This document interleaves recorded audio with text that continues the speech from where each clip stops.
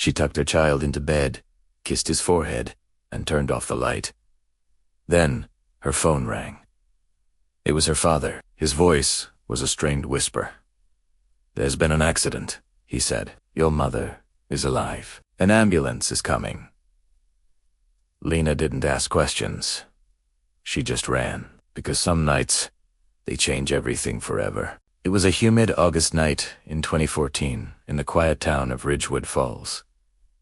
Lena Moreau lived right next door to her parents, close enough to hear their laughter, and close enough to hear screams. When Lena burst through their door, the house felt wrong. Too quiet. Too heavy. She found her mother, Evelyn, lying on the bed. Blood soaked the sheets and pooled onto the floor. Lena froze, then grabbed a towel, pressing it against her mother's head. "Mom, please."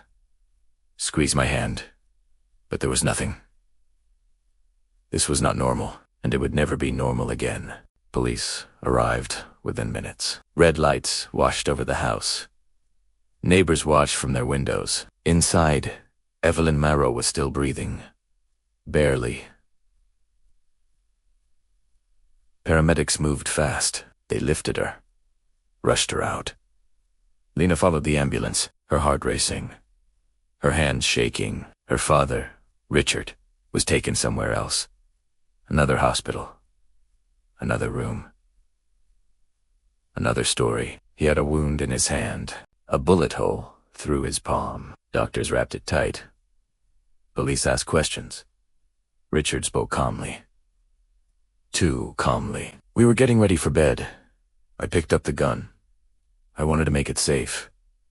He said the gun went off. By accident. He said Evelyn was sitting on the bed, watching television. Relaxed. He reached over, checked the chamber, pulled the trigger. It just happened. Police listened. They looked around. No signs of a struggle. No broken furniture. No overturned lamps. That much. Later that night, Lena sat alone in the hospital hallway. Machines beeped behind closed doors. Her Aunt Marianne Holt arrived. So did Lena's older sister, Rachel. They hugged. They cried. They waited. Doctors finally came out. The bullet had caused massive damage. Swelling. Brain trauma. There's very little hope. 3 days later, the decision was made. Machines were turned off. Evelyn Moreau died at 1:52 a.m. Silence filled the room. No screams. No anger. Just shock. Police ruled it an accident. No arrest. No charges. Reacher went home. Neighbors brought food. Friends whispered sympathy. Poor man. Lost his wife. What a tragedy. Lena wanted to believe it. She needed to believe it. Because the alternative was unbearable. Grief doesn't come all at once. It creeps in. Quiet. Patient. For Lena, it arrived in fragments. A sentence that fell off. A look that lingered too long. A memory that wouldn't destabriate. Her father, Richard, didn't cry much. Not at the hospital, not at the funeral. He stood stiff, dry-eyed, thanking people for their condolences. That bothered her. The first cracks. A week after the funeral, Richard made a request. "I can't sleep in that room," he said. "There's too much blood." He asked Lena and Rachel to help clean. They scrubbed the floor, wiped the walls, bagged the sheets. Then he pointed at the mattress. "Get rid of it. Burn it. Don't throw it away." Lena hesitated, but she did it because he was her father, because she felt responsible, because everyone told her to be strong. The phone. 2 days later, another request. Richard asked for Evelyn's phone. He said there were messages, arguments, things police might misunderstand. "I don't want trouble," he said. Lena unlocked the phone. Her hands trembled. Richard stood behind her, watching. She deleted the messages, and the guilt hit instantly. The memory that changed everything. Weeks passed. Then one night, Lena remembered something. Her mother's voice, not loud, not angry. Afraid. He pulled the gun on me once. It had been said casually, almost like a joke. But now it echoed. Lena told his sister. Rachel went pale. Their aunt, Marianne, had heard something too. Months before, Evelyn had wanted out. She'd asked how to leave, how to start over. Behavior that didn't fit. Richard moved on quickly, too quickly. He donated Evelyn's clothes, her jewelry, even the family dog. Like she had never existed. Then there was another woman, a familiar one, someone who had been around. Before the shooting, Lena noticed small things. Her mother's chair, her mother's kitchen. Occupied, that's when the doubt became fear. The past doesn't stay quiet forever. It waits. And then it speaks. For Lena, it started with conversations she never meant to have. Her Aunt Marianne came over one afternoon. They sat at the kitchen table, the same one her mother, Evelyn, used every single day. Marianne looked tired, older than Lena remembered. She took a deep breath and said, "Your mom talked to me, not long before she died." It was a truth she had never shared before. Marianne hesitated, then the words tumbled out. She wanted to leave him. Those words landed with a heavy thud in the quiet kitchen. Lena's mother had been planning an exit, quietly and carefully. She had asked her sister about money, about apartments, about starting over. She was scared, but she was determined. That didn't sound like a woman who was about to have an accidental death. With this new information, a disturbing pattern began to emerge. Lena started replaying her childhood, not the happy moments, but the other ones. Doors slammed, voices were raised, and then a suffocating silence would follow. Her father was controlling, always watching, always questioning. Where were you? Who were you with? Why are you so late? At the time, it felt like a twisted version of normal. Now, looking back, it felt dangerous. This wasn't just a strict parent. This was a man who needed to be in absolute control, and her mother was planning to take that control away. Lena forced herself to revisit the night. Everything changed. The night her mother died, she remembered her father's hands, bandaged and wrapped tight. He claimed he was injured by the same bullet that killed her mother in a tragic accident, but something about that story never added up. If it was truly an accident, why did his story keep shifting? The details changed every time he told it. One version became two, then two became three. Each retelling was slightly different, the inconsistencies piling up like dust in an abandoned room. He was either a man in shock, unable to remember clearly, or a man constructing a lie, piece by piece. Fueled by a growing unease, Lena reached out to the police. She approached them carefully, nervously, and laid out her questions. "De listened." They nodded sympathetically, and then there was nothing. No charges were ever filed. No updates were ever given. There was no movement on the case at all. It remained officially open, but it felt like it had been locked away in a drawer, untouched and forgotten. The silence from law enforcement was as unsettling as the changing stories from her father. Why was no one looking deeper? Lena felt trapped, caught in an impossible place between love and truth, between being a daughter and a witness. The thought of her father in prison was horrifying, but the thought of never knowing what truly happened to her mother was unbearable. And the truth, she was beginning to realize, refused to stay buried. It was pushing its way to the surface. She knew something was missing, a crucial piece of the puzzle that no one had ever bothered to look for. The fear that had held her back for so long was slowly, surely, turning into resolve. She had to find that missing piece. She had to find the truth for her mother. Thank you for watching. If you're as intrigued by this story as I am, make sure to subscribe and hit that notification bell. We're just getting started, and you won't want to miss what happens next. The truth was always there. It just wasn't seen. Years passed. The house stayed silent. The case gathered dust, until one man noticed something strange, a fresh set of eyes. Detective Evan Cross worked cold cases, old files, forgotten stories. He wasn't looking for answers.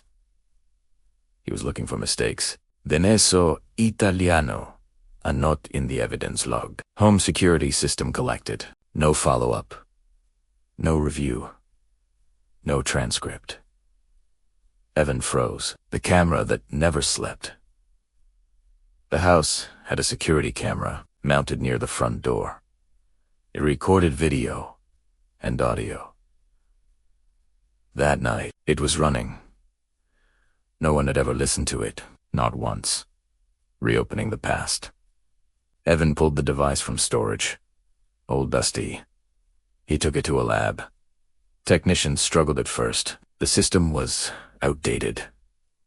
But sound can be rescued. Hours passed.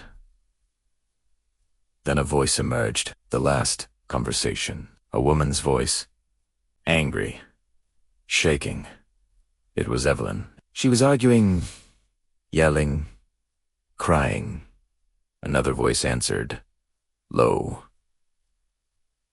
Male. Her husband. Their words overlapped. Sharp. Emotional. This wasn't calm. This wasn't loving. This was a fight. The moment everything changed. Then it happened. No laughter. No shock. Just silence. Evan leaned back in his chair. This wasn't an accident. Not with that argument. Not with that timing. The pattern breaks. Evan compared the audio to the husband's statements. They didn't match. Not even close. The timeline was wrong. The positions were wrong. The story was unraveling. A decision is made. Evan didn't hesitate. He reopened the case. Officially, paperwork filed. Supervisors notified.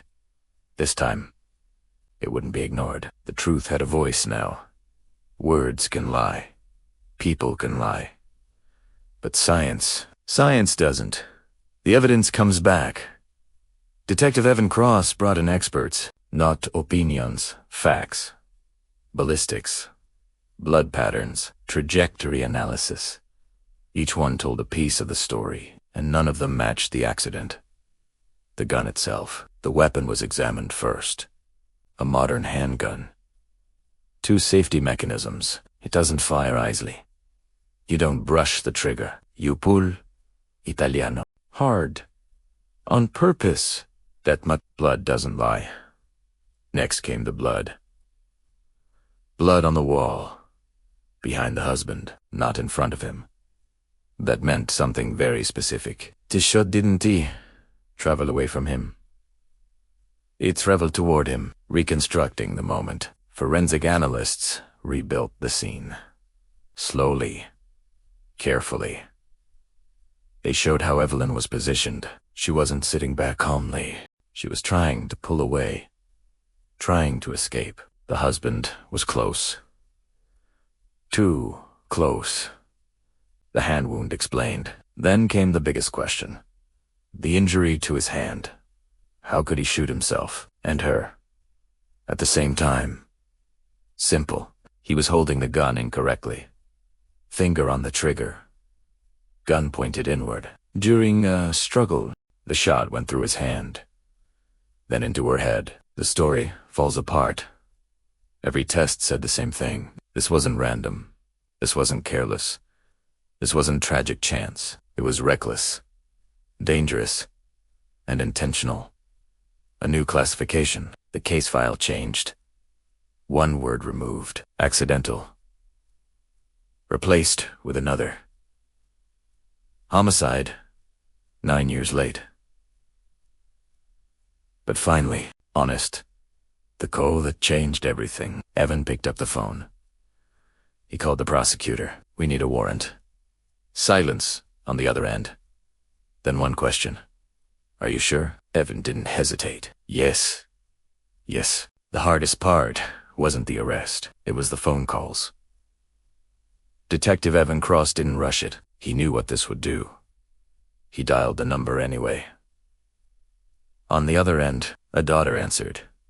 Her voice was calm. Too calm.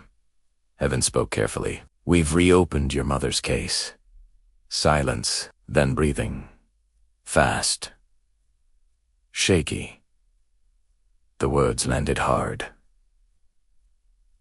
After all these years, someone was finally listening. The daughters felt two things at once: relief and dread, because reopening the case meant something else. Their father was no longer just grieving. He was a suspect. Memories came rushing back. Things that felt wrong before now felt louder. The late nights, the missing items, the stories that never stayed the same. What they once explained away now stood out. One daughter decided to ask, not the police. Him. They sat across from each other. The room was quiet. Too quiet. She asked one simple question. Was it really an accident? He didn't answer right away. His eyes shifted. His jaw tightened. When he finally spoke, it wasn't the same story. He hesitated, changed details, corrected himself, then said something that froze her. I didn't mean for it to happen. That wasn't an accidente. That was a confession. Without saying the word. After that day, nothing felt the same. Every memory was suspect. Every smile felt staged. Every hug felt heavy. Loving him didn't erase doubt, and doubt didn't erase love. The daughters made a choice. Painful, necessary. They went back to Evan. They told him everything. The stories, the changes. The sentence that never left their heads. I didn't mean for it to happen. Justice doesn't always arrive quickly. Sometimes it waits. The paperwork moved fast. Too fast for him to notice. A judge reviewed the file. Audio evidence, forensics, contradictions. The warrant was signed. 9 years after the night that changed everything. He woke up like any other day. Coffee, keys, routine. He didn't know the road ahead had already been chosen. 2 unmarked cars followed him. Quiet, patient. Pull over. He complied. Hands shaking. Sweat forming. The officer approached slowly. Calm voice. Clear words. You're under arrest. He didn't fight. He didn't run. He just nodded. Cuffs clicked shut. Cold metal. Final. For the first time, the story wasn't his anymore. The daughters found out. Minutes later. A call. A single sentence. He's been arrested. They sat in silence. No cheering. No relief. Just gravity. One daughter whispered, "He's still my dad." And that was the hardest truth. Justice doesn't erase love. It complicates it. Prosecutors spoke next. Third-degree murder. Financial exploitation. Evidence stacked high. The past had teeth now. He pled not guilty. Same words, same tone, same story. It was an accident. But now, the room was listening differently. A jury trial loomed. Years of evidence. Hours of audio. Moments frozen in time. Then something unexpected happened. Behind closed doors, negotiations began. Not for innocence, for damage control. Because some tapes should never be played to a jury. There would be no jury. No dramatic verdict. No public unraveling. Because the truth was too dangerous to test behind closed doors. Prosecutors reviewed the risk. Defense reviewed the evidence. Audio recordings, blood patterns, conflicting stories. If a jury heard everything, there would be no mercy. A plea agreement was offered. Not innocence, not freedom, containment. Third-degree murder, no trial, no public replay of her final moments. He accepted. In a quiet courtroom, he stood. hands folded, eyes down. The judge asked the question, "Do you accept responsibility?" Yes. One word. 9 years late. What the plea really meant. No accident, no misunderstanding. No freak moment. It meant recklessness. Anger. A choice made with a loaded weapon. The daughter's reality. They sat behind him, close enough to see his shoulders shake, far enough to feel nothing. Justice came, but it didn't feel like winning. One daughter thought, "I lost my mother twice. First to violence. 10 to truth," the judge spoke calmly. Years behind bars. Decades, possibly. Parole. Far in the future, the room stayed silent. There was no applause, no relief. Only weight. Justice doesn't heal. It only names the wound. He was led away. Head lowered. No final glance back. No apology, just footsteps fading down a hallway. Outside the courthouse, cameras waited, but the family walked past them. They had nothing left to say. This was the moment everyone feared. Not the arrest, not the plea. It was the words. She walked to the podium slowly. Every single step felt heavy. Every breath was measured. She looked straight at him, right into his eyes, and did not blink. Her voice, when it came, did not shake. That was the most terrifying part. "You didn't just kill my sister," she said, her voice clear and steady. "You tried to erase her." She spoke of daughters left without a mother, of birthdays that would be missed forever. She spoke of a home that had been stripped of its memories, of its warmth, of its soul. She spoke of the suffocating silence, the years of lies, and a truth that had been buried for so long it almost felt like it never existed. She leaned forward, whose slightly her gaze, never leaving his. "You took her life, and then you took everything she loved." The courtroom froze. A heavy stillness fell over everyone. He did not respond. There were no tears, no flicker of remorse, no apology, no explanation. Just an empty space where guilt should have been living. Her final words landed the hardest. Each one a hammer blow. "I will be here every single time you ask for freedom. I will be here to remind them who you are." The judge cleared his throat, breaking the spell. He began to list the years. Minimums, maximums. Time that could never, ever be repaid. The sentence was finally read aloud. As the deputies moved in to take him away, the daughters stayed seated in the gallery. They did not watch him leave. They just watched the floor. Because closure isn't loud. It doesn't arrive with a bang. Outside, a crowd of reporters swarmed, their questions a chaotic buzz. None were answered. Some pain is not for public consumption. Justice had closed the case, but it did not close the wound. Some losses don't just fade away, they echo forever. But the story doesn't end there.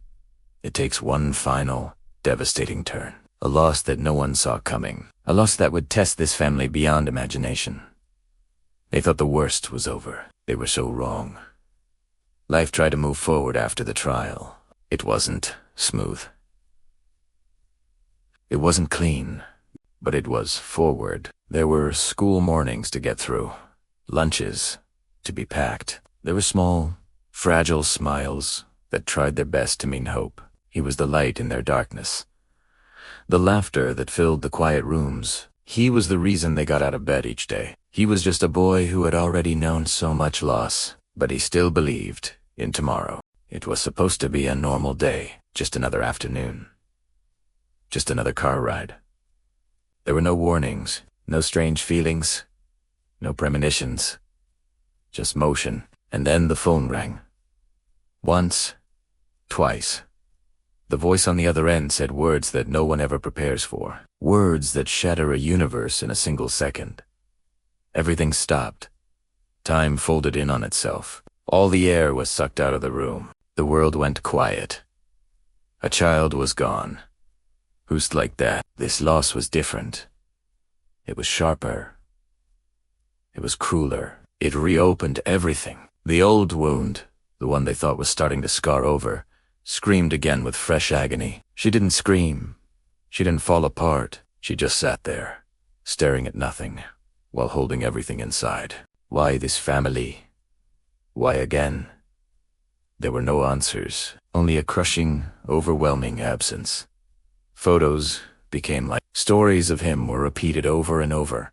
Desperate attempts to keep him present. His laugh was replayed in their minds, echoing in the quiet rooms of the house. Memory was all that remained. The prison sentence still stood. The doors of the jail were still locked, but none of it mattered now. Justice could not touch this new pain. It was powerless against this grief. They were fewer now, but they were still standing, still breathing, still choosing to live. Now, we have to step back and ask the hardest question of all. How does a family survive when tragedy refuses to stop, after the initial shock fades? What's left is the living. There are no cameras now, no courtrooms, no sirens blaring in the distance. Just mornings that hurt to wake up to, and nights that feel endless. Grief doesn't just leave. It changes shape. It becomes a permanent resident. It sits at the dinner table with you. It rides in the passenger seat of the car. It waits for you in the silence. Love becomes complicated. How do you love someone who was the cause of all this pain? How do you miss a parent and still demand justice for what they did? There was no clean ending to this story, no single moment of relief or catharsis. Only acceptance. Slow, painful, and reluctant. His name, the little boy's name, was spoken daily, not whispered in hushed tones, but spoken out loud, with intention. It was a promise that he wouldn't fade away. They held on to their traditions. They celebrated birthdays. They decorated 4 holidays. They went through the motions, even when joy felt like a foreign concept, like a memory from another life. Their strength wasn't loud. It wasn't dramatic or cinematic. It was in the simple act of getting up. Again, and again, and again. Some questions they had stayed unasked. Some answers they needed never came. And that silence became its own kind of burden. They kept going, not because it was easy, not because it felt fair, but because stopping was simply not an option. This story was told, not for revenge, not for pity, but for the truth, so that others might listen, so that others might see the signs before it's too late. Thank you for listening. Looking back is a dangerous game. Hindsight gives you this crystal clear vision. It all seems so obvious now, but in real time, living day to day, nothing is obvious. Life is messy. The warnings aren't big, flashing red lights. They are small moments, a sentence that makes the hair on your arms stand up, a look that lingers just a second too long, a silence that feels heavier than any argument. And why don't people speak up in those moments? Fear. Fear is an incredibly powerful force. The fear of being wrong and looking foolish. The fear of tearing a family apart. The fear of the consequences, of what might happen if you say the unspeakable out loud. So often, control hides itself as care. It doesn't always shout or slam doors. Sometimes, it whispers. It calls itself protection. I'm just looking out for you. It calls itself love. I do this because I care so much. It slowly isolates you, convincing you that it's for your own good. And that line, the one between tension and real danger, it's invisible to most people. You can't see it. You can't measure it. You don't even know it's there until someone has already crossed it. By then, it's too late. This is why awareness matters so much. This story isn't rare. It's just quieter than most. It's happening in houses on your street. Listening saves lives. Believing people when they tell you they're afraid matters. Taking that fear seriously, even when it's uncomfortable, even when it's easier to look away, that matters. The truth does not arrive gently. It doesn't knock politely on the door. It crashes in like a wrecking ball, and when it does, nothing is ever the same again. 4 years. The questions had lived in the dark, whispered in hallways. Then, suddenly, there were answers. And the awful truth was that the answers hurt even more than the years of silent wondering. Speaking the truth costs something. It costs relationships. It costs your peace of mind. It costs countless nights of sleep. But silence costs more. Silence keeps the wounds infected.